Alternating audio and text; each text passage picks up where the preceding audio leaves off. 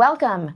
Today's guest is a husband, father, author, sought-after international speaker and trainer, actor, poet, songwriter, master results coach, and the owner of Elite Success Systems, a personal development and human healing company that has transformed hundreds of thousands of lives around the world. Having survived a tragic accident, he has dedicated his life's work to creating neuro-transformation. Hailed as North America's next greatest speaker, he is one of the very few people to deliver 2 spoken word TEDx performances. Dear Racism, a breakup letter from a white man, and the power of vulnerability in men. He is passionate about helping men heal their masculine wounds, and he wrote and performed I Do, Mom, a powerful one-man show about his mommy issues. Committed to creating conscious conversations to help heal the racial divide, he co-wrote, produced, and starred with Lisa Nichols and David Bianchi in the award-winning spoken word short film, Let's Grow. Please welcome Sean Smith. Welcome, Sean. It's so great to have you here. It is fantastic to be with you. Wow, you have had quite a journey. You do so many things. How did you get started in personal development? Yeah, it was actually really neat to hear you list, a lot of those things because it just took me back through so much of my journey. You mentioned the near-death accident. So when I was 13 years old, I was almost killed by a car as I was riding my bicycle. And the details of the accident, if you read the police report and all the details, I mean, I shouldn't have survived. And so I had this huge epiphany in the hospital room that night. Just this 13-year-old kid, and I'd see the world. I had seen it through these, immortal lenses, I think, like a lot of us do. And then just like that, I was high on life, but I could have died. And so I realized that no matter where we are and no matter how amazing life is, no matter what our circumstances, we're not promised our next breath. And that fundamentally changed everything for me. It changed the way I looked at the world. It changed my thoughts on success. I made a promise to myself that if I don't know when my life is going to end, then I won't settle for mediocrity. And I changed lanes, like literally and figuratively that day. I started hanging out with different people and so forth. So that started my journey into the whole world of success, just, studying goal setting and thinking about different things and talking about different things. And then fast forward about 20 years, I was newly married and we had a couple kids at the time. And I was just kind of fumbling around, trying to find myself and bouncing around from, place to place. I had been a probation officer actually right out of high school, or right out of college rather. And then I was a teacher for several years inside of school. But once we had my daughter, who was our first child, I just didn't want to work. I didn't want to, I wanted to keep working, but I didn't want to have to peel her off of me in the mornings and go to school on somebody else's schedule.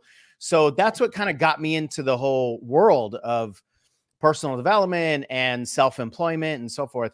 But I was still just toiling around for several years until I landed in a man that, you know very well, Jack Canfield's seminar.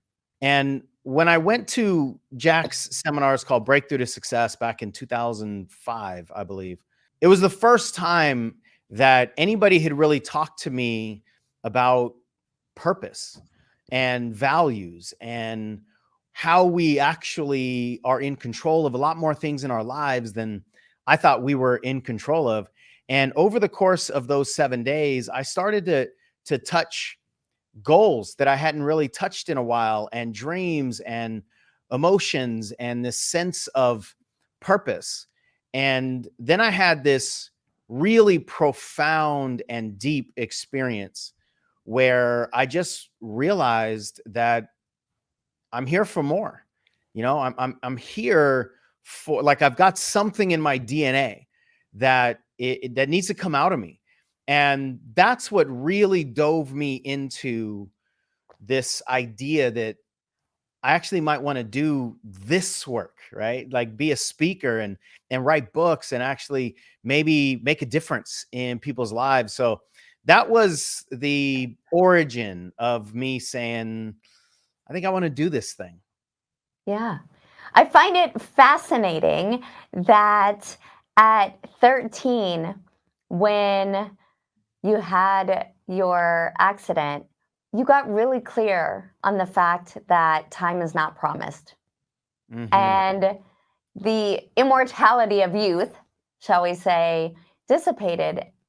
And you got intentional about who you were hanging out with and how you were going to spend your time. And I find it fascinating that that led to teaching and working with the criminal justice system. Hmm. And yet then it was the birth of your daughter, and again, time, not wanting to be on someone else's schedule. That's a really profound, actually, full circle moment. Going back Yeah, to that, this is the one thing that you can't get more of, that you don't know how much time you have, and really that you want to spend that time with your daughter. You want to be the one to be able to take her to school. You want to be the one to dictate how your time is spent. So I love that full circle moment and that tug that then ultimately led you to Jack and to knowing that you wanted more. I love how you dissected that and put those together. And it's so true. I mean, time is the thing that for all of us is going to continue ticking no matter what we do. If we try to resist it or we try to avoid it. And I think a lot of us, and I was doing this too, and I still fall in this pattern, as I'm sure most people do. We tend to want to skip over, whatever pieces of time we're not enjoying, whether that's a Monday through Friday, if somebody has a job, or difficult situations in family, or things that are just going on in our lives that we're not really liking the experience of. We tend to just want to get out of this moment in time and get to that moment in time, whatever that moment is, whether it's the weekend or a better place or when I lose 30 pounds or whatever it is. And that causes us to fall into a cycle of not being present. And if we're trying to get out of this moment for whatever reason, then even if we hit that moment, we're in a cycle of not being in the moment anyway. So then when the moment is quote unquote right for us to experience, we actually don't experience it at any kind of deep level because we're just constantly trying to get out of the moment. And then we're just basically, running from ourselves. And I know you believe this, like that's just not the way I want to live life. What life is it if you're constantly running from yourself, right? The beauty is in the journey. It's in those moments, those magical moments, the good and the bad. Our dear friend Lisa Nichols likes to say that sometimes the greatest gifts come wrapped in sandpaper. And, to your point, that sometimes it's not comfortable or sometimes you don't love where you are right now. So, how do you help people find the magic in those moments, embrace the sandpaper, stay present? How do you help them do that? I think, first of all, we have to understand what life offers us, but nothing's a guarantee. And life doesn't really give us any particular experiences, but it gives us access to all of them. And it's really up to us to sort of pick and choose how much we're going to engage in life. And so the idea that we have access, but we're still in control to a large degree. So just because we have circumstances around us, whether they're good or bad, if we don't want to engage, we have all kinds of ways, especially nowadays with smartphones and computers and social media and internet technology and all that. We have a million ways to disengage from the circumstances of life. And if we have some kind of limiting belief or something, and we don't believe that we are made for the positive stuff or we deserve it, then we can disengage or resist and not receive what's available to us. So I think two things are coming to me as you ask the question. Number one, we have to understand that concept that we are in control of what we can touch and what we can access. And then number two, what do we want? I mean, why are we here, right? We throw that word purpose around a lot, but I think a lot of us don't really fully understand, or we don't stay plugged into the depth of that word purpose. You know, what's the point? What's the point of waking up? What's the point of having food? What's the point of communicating with people that you love or people that you have some conflict with? What's the point of life? You know, at a big level, what's the point of life? And I think a lot of people might have some idea of what the grand purpose of their life is, but I think a lot of us don't really focus on what the granular purpose of our life is. And so for me, what I've learned is that part of life is to feel. I mean, that's what makes this human experience sacred, is our ability to feel and process and assess and do all the things that our brain has evolved to do. And yet so many of our behavior patterns are literally detaching us from our human experience. And so if we want a human experience, so when I was 13 years old and I had this huge epiphany in the hospital room, I imagined myself looking back on my life, and I imagined what it would feel like to look back with regret. I imagine looking back and going, what if I wouldn't have gotten addicted to drugs? And what if I wouldn't have become addicted to alcohol? And what if I wouldn't have joined the gangs? And what if I wouldn't have sabotaged myself? And what if I would have really given my all? You know, what could I have become? And so it was almost like visiting, you know, the future and imagining a life that didn't go well, but then taking responsibility and ownership in that moment when it was too late. And so that's why I made the promise to myself that I will never have that conversation with myself. And not that, you know, I haven't done a lot of things that I regret, or it's not like I've, you know, operating at 100% capacity all the time, but at least like the big decisions. And one of the promises I made to myself is I want to live while I'm alive. And so part of living is feeling. And the beautiful thing about our abilities as humans is that we also get to relate to our feelings. And what most of us are trying to do is we're trying to avoid the negative feelings.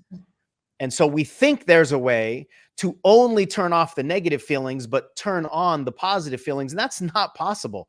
You know, your feelings are just like a single switch. They're either all on or they're all off. So when we understand that, if we want to feel the depth of sacredness in life, then we have to feel. And that is a moment by moment decision. And what I found is when things are getting tough, when I feel whatever the challenges are coming up and bubbling up and my tears are starting to flow, I've just learned to value the human experience in that moment. I've not learned how to, nor do I try to teach anybody how to enjoy negative feelings. Yeah. But we can value them. Yeah. And that's where some of my biggest breakthroughs, I'm sure you would agree, have come from. Sitting in the discomfort of humanity, but that's where the joy actually can be found. Yeah, that's where the contemplation happens. That's where the reflection happens.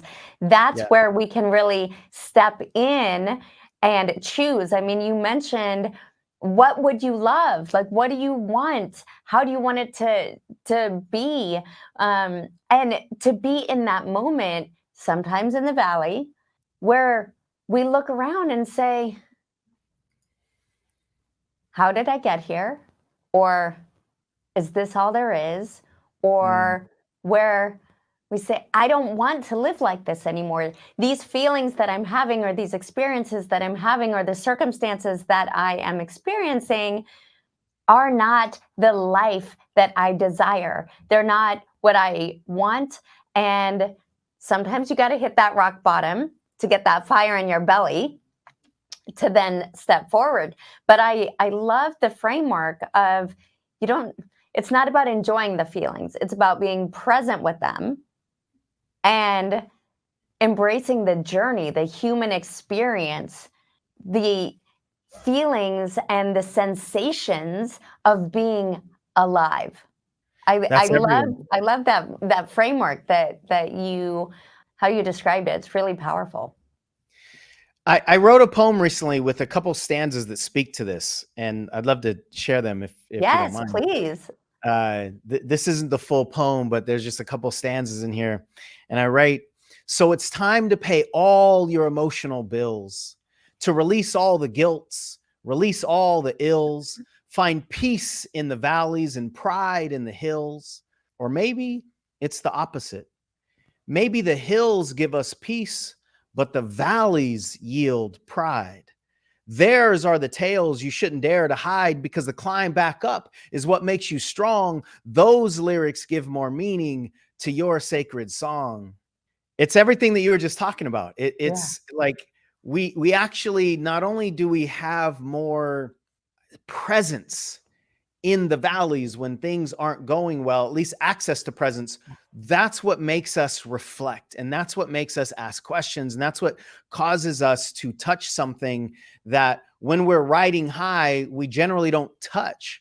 Yeah. And when we have to answer certain questions and learn certain lessons about how did I get here and what kind of life do I want to live, adversity is really the only thing that causes us to ask those questions. And the answers to those questions are the ones that give us the biggest breakthroughs going forward, and ultimately give us the joy that we feel is missing in those moments when we're in the valleys. So if we learn to just embrace that human journey, it's insane what we have access to. And it really saddens me that so many of us are programmed to do the opposite. Yeah. So many of us are programmed to just avoid all feelings and avoid adversity and pretend everything is great, because then we miss out on all the things that we just talked about. Yeah, and you dive into this particularly with the work that you do with men and healing their masculine pain. So, talk to us a little bit about that. Whew. I can feel, like, even when you just bring that up, I feel the resonance of that in my body. You mentioned the one-man play that I did a few years back, and it's called I Do, Mom, and it's about my relationship with my own mother and what I learned in the process of going in and doing my own research for that play. And just to give you a real quick backstory, I had a terrible relationship with my mom growing up. She was the bad guy in my story. I just decided that she didn't love me. She wasn't the mom that I was supposed to have. And so I pushed her away. And I did that for multiple decades. And when I got into the personal development work, I still had so much of the residue built up that even though I wanted to change, I didn't know how. I couldn't just flip the switch and all of a sudden just be loving, even though I know this woman gave birth to me and she's my mom and the only one that I'll ever have. I knew all that stuff, but I couldn't actually make the shift until I really went inside and I explored why I chose her as the bad guy in my story. Why did I demonize her? Why did I pull away? And ultimately, what I found is what I now call the masculine wound. And what that means is the energy of masculinity, which is not only male, women have it as well, and men have femininity too. The energy of masculinity is extremely insecure in its wounded state. In its pure sacred state, masculinity protects everything that it loves and everything that loves it. And it doesn't try to hurt anybody. It just is this real rigid form of protection. In its wounded state, when it's been hurt, usually by the masculine, then the insecurity of the masculine wound tends to try to hurt somebody else. So it's this pass on trauma, right? You took something from me, so I need to take something from somebody else. Or you made me feel inadequate, so in order to restore that, I'm going to make somebody else feel inadequate. And that is what is programmed in a lot of our men's societies, where we tend to try to feel better about ourselves by pulling other people down. And this becomes a cycle. And that's one of the reasons why there's not a whole lot of intimacy within men, man and man, or men and just anybody else in our lives. And we're actually afraid of vulnerability, because at some point in time we were vulnerable and then we got taken advantage of, whether we're talking about abuse or we're just talking about somebody bullying us or somebody just laughing at us. We learn through our programming that vulnerability is not okay because somebody is going to take advantage of it. And so that's what I call this masculine wound. And I realized that I was using my masculine wound to hurt this woman, my mother. And I knew on some level that she wouldn't punch back, which made it safe for me to punch her.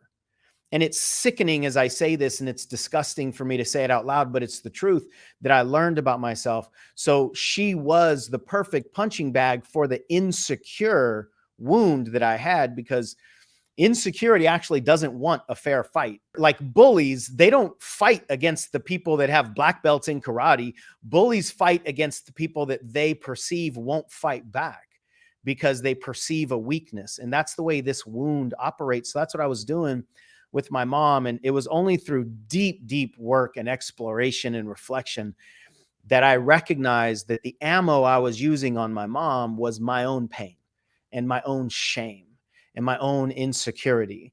And so that gave me an invitation to do the work with myself. And it also allowed me to invite a conversation with her where we connected at a level that we had never connected before. And the beautiful part about that is, in this conversation, I was able to see her pain and her humanity for the first time, instead of just seeing her as I wouldn't have ever used the word abuser back then, because she never really did anything to me. It was all one-way verbal abuse, me to her. But she was the bad guy. And now I can look back and realize that I decided she didn't nurture me. But that was all my projection. And so once I did that work and we had this conversation, I saw her as the human that she is. And I allowed myself to feel her strength, and I allowed myself to feel her unconditional love. And now I can look back and realize I was actually terrified of unconditional love because it didn't feel safe to me. So not only with my mom, but with a lot of other women in my life, I pushed them away because I was afraid of that masculinity. So the process of me going in and doing this one-man show gave me a deeper understanding of this masculine wound and our fear of vulnerability. And what I really want men to understand, specifically men, not that this doesn't apply a lot to women, because masculine programming absolutely applies, but specifically for men, because of the way we operate with ourselves in our circles, what we do and don't do with our sons, what we do and don't do with our male friends on the sports field. There's a programming that needs to embrace vulnerability and authenticity if we're ever going to feel stable in our masculinity. So that, and it's not easy work. It's not easy work for any of us that have held up these walls of protection and pretending that we are strong and pretending we have no fear and, not having any emotions. It's not easy to allow or to create the space for somebody to drop those walls. But we have to, because we're hurting people when we don't.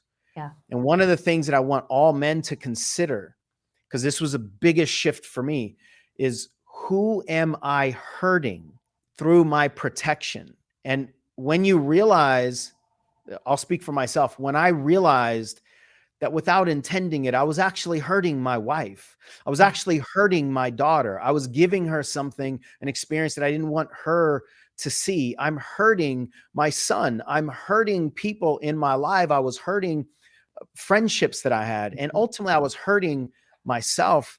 Then we can put it down and recognize that there's this sacred masculinity that we can fall into that truly has the strength of the world, Like there's nothing that can overpower rooted, Yep. sacred masculinity, but we need to fall into that. And that really is about removing all the layers of protection and Mhm. insecurity and programs and all that stuff that we've had. And then the beautiful thing is when we can do that with our masculinity, then sacred masculinity and pure femininity can work together like the yin yang symbol without threatening each other. And that's when the union, whether we're talking about inside an individual body or with two people in a romantic relationship or across the globe, then the union can actually work for the betterment of everybody. But it's the masculine wound that needs to heal for that to take place. Absolutely. And I love the question that you invite men to consider. Who am I hurting? What is another step that someone early in their journey who is hearing this for the first time and they're starting to feel that awakening and have that light bulb go on, like, oh, wow, I am wounded and I would like to heal through this. So once they've asked themselves, who am I hurting with this? Then what can they do next? That's a great question. I love constantly, giving some tangible steps. What's the next thing? I would say to ask the opposite question, who do I want to be? And for me, I asked, what lessons do I want to give my children? I have two kids, a boy and a girl. My son is watching me as a model. My daughter is watching me as a model, but in a different way. Mhm. My son is looking at me and wondering who he can be as a man and who he wants to be because he resonates with me as a man.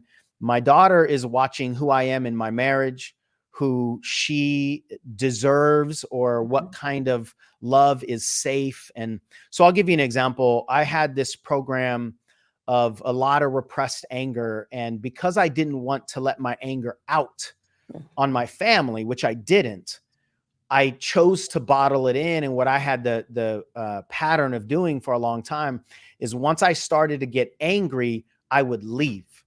Mhm. Now, in the moment, I felt that's better than erupting, yelling at my wife or yelling at my kids. And maybe it is, who cares? But I was showing them that when things get tough, Mhm. dad runs. Yeah. And my son said that to my wife one time.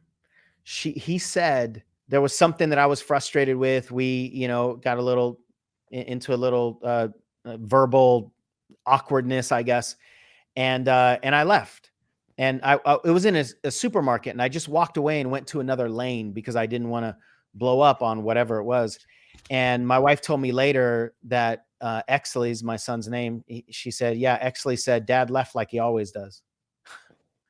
I mean, I feel Yeah. the pain in that, like he always does. And so it caused me to ask a different question. What do I want to show him? Mhm. And a lot of times we don't know what actions to take. This kind of goes back to the purpose idea Yeah. because we don't know actually what we want to do or how we want to be or what we want to teach. So for anybody that has children, this is an easy one for people that have biological kids or Okay. adopted children, or really anybody that's in your family looking up at you. What do you want to teach them? And the only way to Mhm. teach is to show. One of the things that I fully believe, this is a theme that goes into all of my work with parents, is that your kids are not listening to the lecture, they're watching the show. The Yeah. only thing that matters is what we show them with our behavior. Now, if somebody doesn't have children of any kind that you can imagine are looking up at you, we all have a child inside that's watching us. And a lot of times, our most valuable audience member is the child inside of us Yeah. that's watching everything we do, obviously. But wherever that source of leverage can come from, recognize that you're showing somebody something and Mhm. you're putting energy out that's then attracting whatever it is that's coming back to you. And a lot of us get frustrated. This is something that I learned relatively early on in my career, but it was a huge shift. I was putting out energy of blame and shame Mhm. and frustration and all the stuff that that was a factor of me not doing my own personal work, right? Not confronting these things. And so I was just energetically projecting it out. And, people don't want that. People don't run toward the shame magnet, right?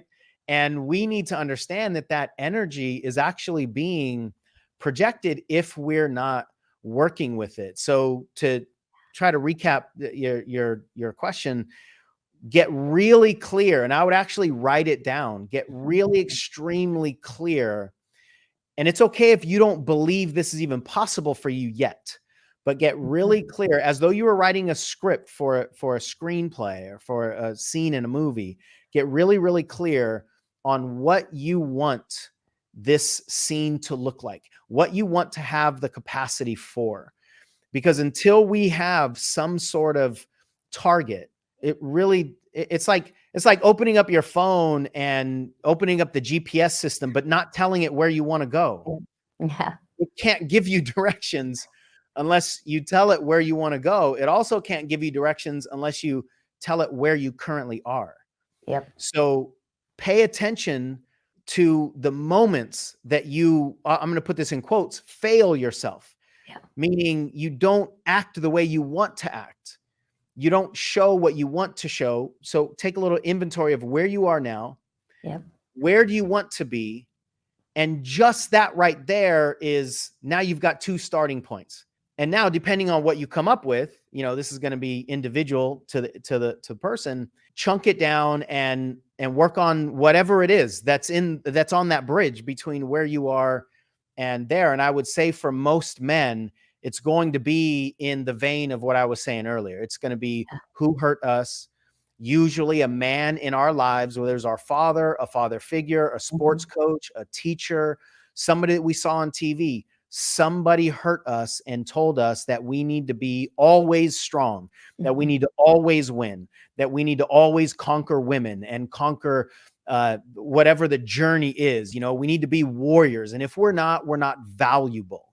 And to a man, to this masculine male programming, I would say the worst thing is to be not valuable. When we don't feel valuable, then we have no point. So if we recognize, how did we learn that we're not valuable? What were we taught that we need to do to get value in the eyes of other men?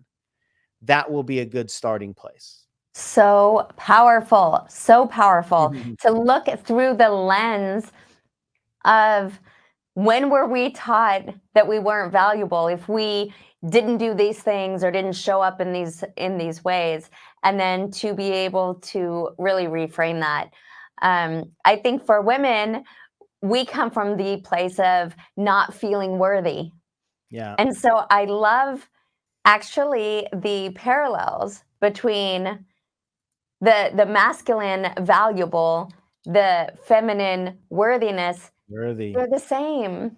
They really, really are. Yeah. Yeah. And they come from the same source. And it's usually this masculine kind of patriarchal, I make the rules and you follow the rules. I'm really glad you put that parallel. Like if these are the rules that the masculine has put down, if I'm a man and I don't follow the rules, well, then I'm not valuable. And you're a woman, so you don't even get a say in the rules because you're not worthy. And I think that what happens on either side of that line is different for the masculine and the feminine, and for men and women. But it really, the wound comes from the same place. It really does. I love that similarity there. So yeah, so powerful. What a realization. Now, we've talked a lot about being able to heal those wounds. And you've talked about purpose and getting clear on where you are and where you want to be. Now, we know that life happens. Stuff is going to come up, stuff is going to get in the way. So when you know where you are and you know where you want to be and you know what that purpose is, how do you stay aligned? The simple answer that I've learned is to get quiet. Life happens, as you said, and the way that our brain operates to understand what just happened to us and protect us from that ever happening again, and for us to retain our status, and the way our ego works, we get really loud. and we get really complicated. And then we tell ourselves stories. And the way a story works, like a belief inside of a human, is just like the way a lie works. If you tell a lie, at some point in time, you're going to have to tell another lie to support the lie that you started. And then you're going to have to tell another lie to support those two. And in our lives, when we make stories up about what it means to be a man or what it means to be a woman or the danger of vulnerability or any of those stories that are all based on some kind of painful experience we had, at some point in time, we have to tell another story, because the story that we created actually isn't the truth. It's just based on how we feel, and we want to protect ourselves. So we start telling stories, then we tell another story, and then we tell another story, and then we tell another story. And pretty soon we've created this massively complicated human ecosystem in our brain. And we've got so many stories. It's like balloons up in the air and they're coming down, and our job feels like to not let any of them hit the ground, but literally there's hundreds. And so we're just constantly chasing balloons. We're constantly swimming in the complication of human protection. The answer to that is to not chase the complication. The answer to that is actually get quiet, get still. Sometimes it means just listen to the stories. If you just listen to the stories that you tell yourself, as an audience member, without trying to agree or not, or trying to justify or not, you just listen to the stories. Pretty soon, it's like they'll just start to melt, right? Because you'll recognize that's just a story. That's actually not the truth. And so the beautiful part of human transformation is that it happens with unlearning. It doesn't happen with learning. And so we need to let go of the layers that we've put on. We need to let go of the stories that we've been telling. And when we stop telling those stories and we let go of some of those layers, then we actually settle into who we really are. So I believe that this journey is really a journey back. It's not a journey forward toward anything. This journey of self-development is really about undevelopment. It's about a journey back to authenticity, back to who we once were before we started telling these stories. And the best way to do that is actually to get quiet. That could be meditating. That could be just spending more time on your own. You know, one of the reasons that a lot of people get swept up in the complication of human existence and society is because we don't really know who we are. And if we don't know who we are, we don't have a strong self-concept, then we can't know where we fit, and we can't know what fits us, and we can't have anything to align with. You know, align is a relative term. In order to be aligned, you have to be aligned with something. So in order for your goals and your beliefs and your dreams and your network of people and all those things to be aligned with your authenticity, you need to know what your authenticity is. They need to be aligned with something. And the best way to find out what that something is, or what that someone is to be quiet.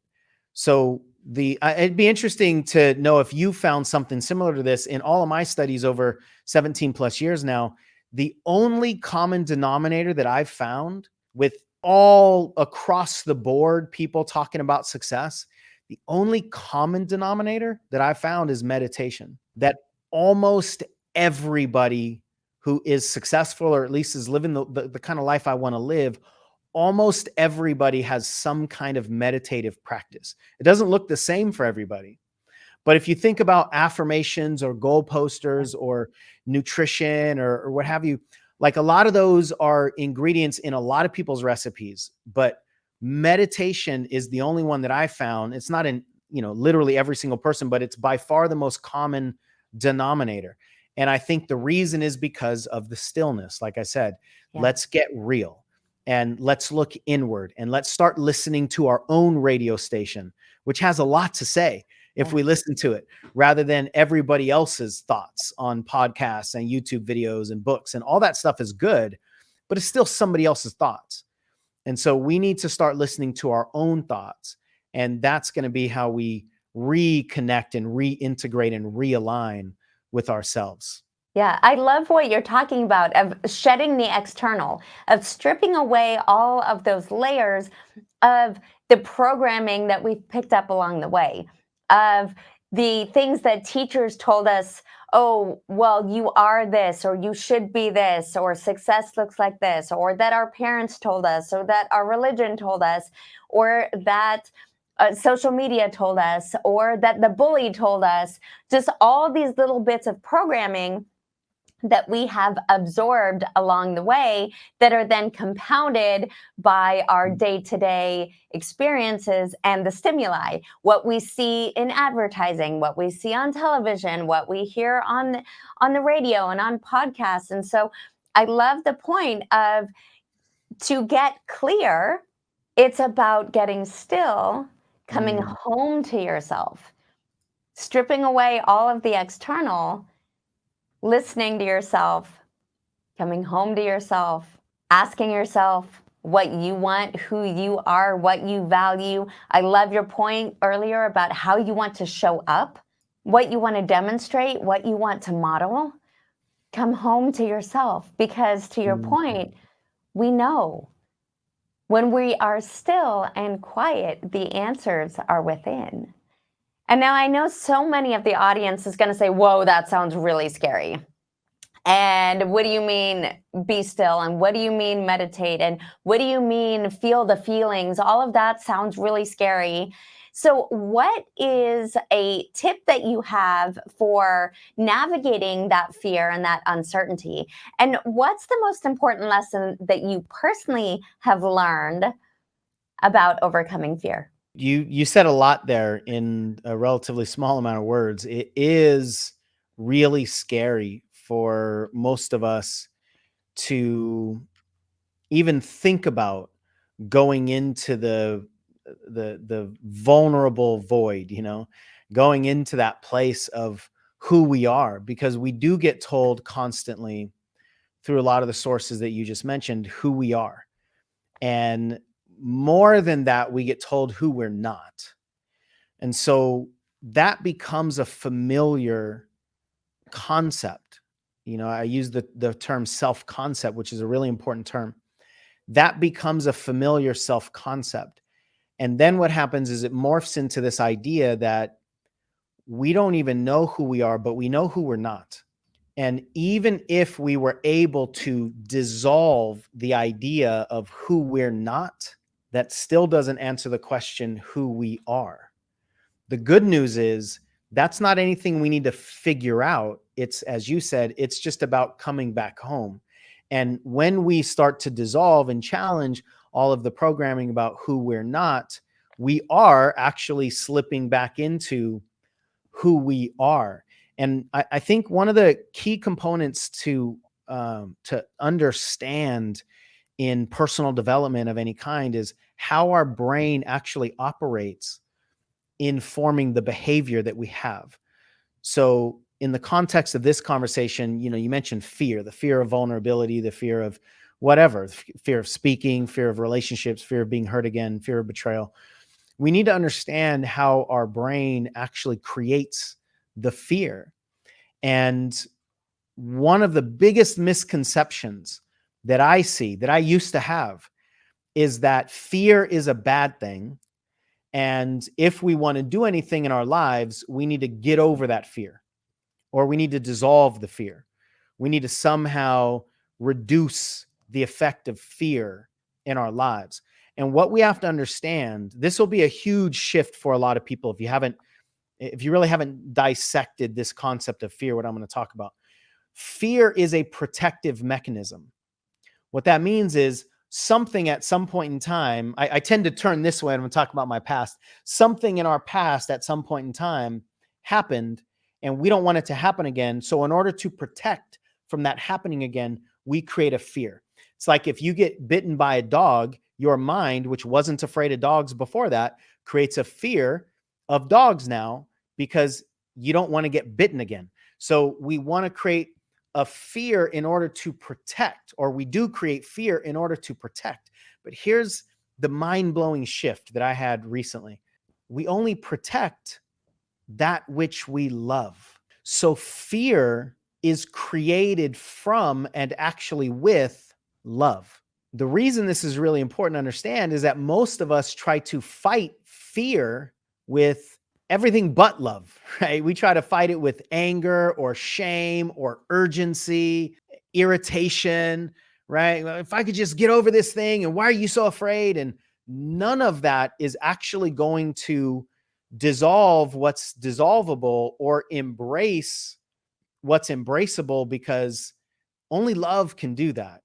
And this might, sound like a little woo-woo to some people, but we have to change the way we relate to fear. And when we change the way we relate to fear, it can become a teammate of ours rather than an opponent of ours.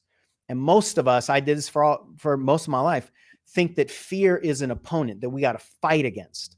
We will never get rid of the human capacity or the human brain's desire to create fear. So trying to fight against your fear, it's just a useless thing to try to sign up for. You're never going to be able to do it. You're never going to be able to get rid of fear, but you can make peace with it. You can actually become partners with your fear. Fear is a phenomenal co-pilot. It's just a terrible lead pilot. So when we start taking action and we start to get more aligned, we have to listen to the fears that come up, because they will come up. And it's impossible for us to try to break through our comfort zone without fears showing up at the door. Like, are you sure about this? We don't know what's behind those walls over there. And you told us actually that everything back there is scary. So I'm going to do everything I can to keep you inside your safety zone, right? That's how fear works. It's trying to keep us safe. It's not trying to keep us losing. It's not trying to keep us settling. It's trying to keep us safe. So the only way to actually create a teammate from fear is to embrace its desire to keep us safe, and then recognize that you, as the person who's growing, no longer need the protection that it once created for you. Because, and this happens as we're taking away all these layers that we've been talking about, because the thing that the fear showed up to protect isn't relevant anymore. And it isn't even you. It was a story that was created anyway, once upon a time. But because we don't understand how fear shows up, we don't challenge it. We let stories that we literally sometimes started when we were 4 years old, we let those stories evolve until we're 40 and 60 and 80. And we never sit and turn around and go, wait a second, what if I've actually outgrown the thing that early story was designed to protect me from? What if I do that? And so when we can relate to fear differently, then we actually have a chance to operate with it powerfully. And one final thing, we have this like simple surface level way to deal with fear in, this kind of meme world that we live in. And I'm sure most people have heard, false evidence appearing real. That's what fear stands for. I despise that acronym because it's not true. Fear is not false evidence. It might be a false story, but the fear that your body feels is not false. It's real. And if you take something that's real and try to just say that it's false and try to just power through it, you're not listening to your body. Fear is actually trapped in our bodies. So don't pretend it's not there. And that's what a lot of us are trying to do by just dismissing it. It's like if you have a child that has something to say and they're screaming at you, trying to get your attention, and you just dismiss them and turn around and try to avoid them, they're only going to scream louder. Yeah. Your fears are not going to go away if you avoid them. It's about feeling them, actually feel them. And the other thing is, fear, just like all emotions, they can't last forever. The reason they do get trapped in our bodies is because we don't feel them. Yeah. So the best thing we can do with our fear is feel it and explore it and play with it and turn into that child, like you're trying to figure out how Play-Doh works, right? Turn into that child and go, I thought this and I felt this and I did that and I feel this and it's over here. And the more that we explore the real feelings, then we can become a vessel of emotional expression. And fear is no different than any other emotion. It has a shelf life in our body. And if we allow ourselves to feel it and we're not afraid of the fear, then it can flow through us. We can learn from it, and it can actually strengthen us. Yeah. But because most of us are afraid of our fear, it controls us. So as we wrap up here today, let's imagine that you have come to your life best lived. Let's take this full circle. You started with in that hospital deciding that you didn't want to ever live with regret. You didn't want to ever look back. So you have done that. You have lived every day to the fullest in your purpose, in your passion, serving. There's no regrets. What do you want them to say about you? So first, when you say they, I immediately imagine my children. Yeah. What do I want they to say about me? I want my children to say that I lived. While I was alive, did I live? I want them to watch a man who's not afraid of falling, not afraid of crying, not afraid of admitting that he screwed something up, that I was wrong. And I want them to have learned the beauty of and the power in humanity. I want them to see what radical vulnerability looks like. And I want them to therefore give themselves to be radically vulnerable and radically authentic and radically human and radically real and feel what it's like, so that we don't do something that you alluded to earlier, so that I don't spend all of my life avoiding myself and never actually meeting myself. I want to reintroduce me to me every day, because that is a daily process for me. Every day, reintroduce me to me, and let's walk another day together in as much of an aligned way as we possibly can. And it's not easy. I mean, we're gonna fall prey to some of these patterns, and our fears are going to get to us, and we're going to quote unquote fail ourselves from time to time. But can we just keep getting back up? Can we get back in line?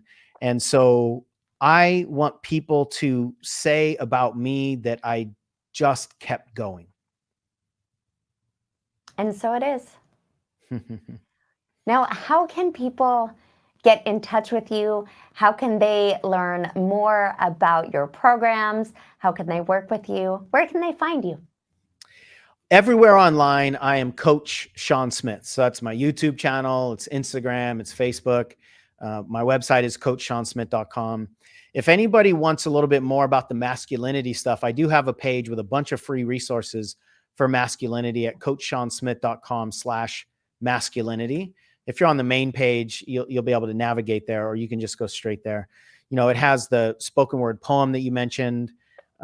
It's got another video that is really like a love letter to my son, really, about this is what life tells you being a man is about, and this is what I want to tell you being a man is about. So that's the most tender page that I've ever put up on the internet. But I'm easy to get a hold of, so people can send messages, DM me, email me, Sean at Coach Sean Smith, and I'd love to continue any conversations.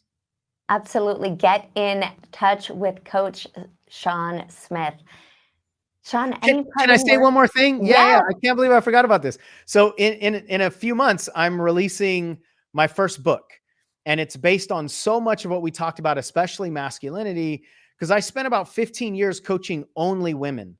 And what I learned is that women's self-esteem and worthiness that you brought up earlier is first created by, and then generally sustained or not by, their relationship with their father. And more specifically, women need to know whether their father was proud of them. Now, we as men are not taught that. I mean, we grow up as little boys and people are not telling us that they're proud of us unless we're finishing first in the race and getting A's on report cards, right? So we're usually taught performance pride. And that's what we generally give then to our children. And what I've learned is that the self-esteem of a little girl and the self-esteem of young women cannot be based on performance, especially masculine definitions of performance. So I wrote a book and it's called Daddy, Are You Proud of Me? And it's designed to be a reporting to men that I've been coaching women all these years. And for those of you that have daughters, this is what they need us to tell them. And this is what you need to understand, Dad, because we didn't learn this, right? So I want to report to them, to fathers specifically, what our little girls need. But then the book is kind of taken on a life of its own because a lot of women are reading it and it's serving as almost like a way for them to watch a coaching session between me and their dad. Yeah. And because they're not really in it, you know, they are pulling so much out of it and having realizations. And so a lot of women have said that the book is like, it's fundamentally healed their relationship with their dad, their relationship with themselves.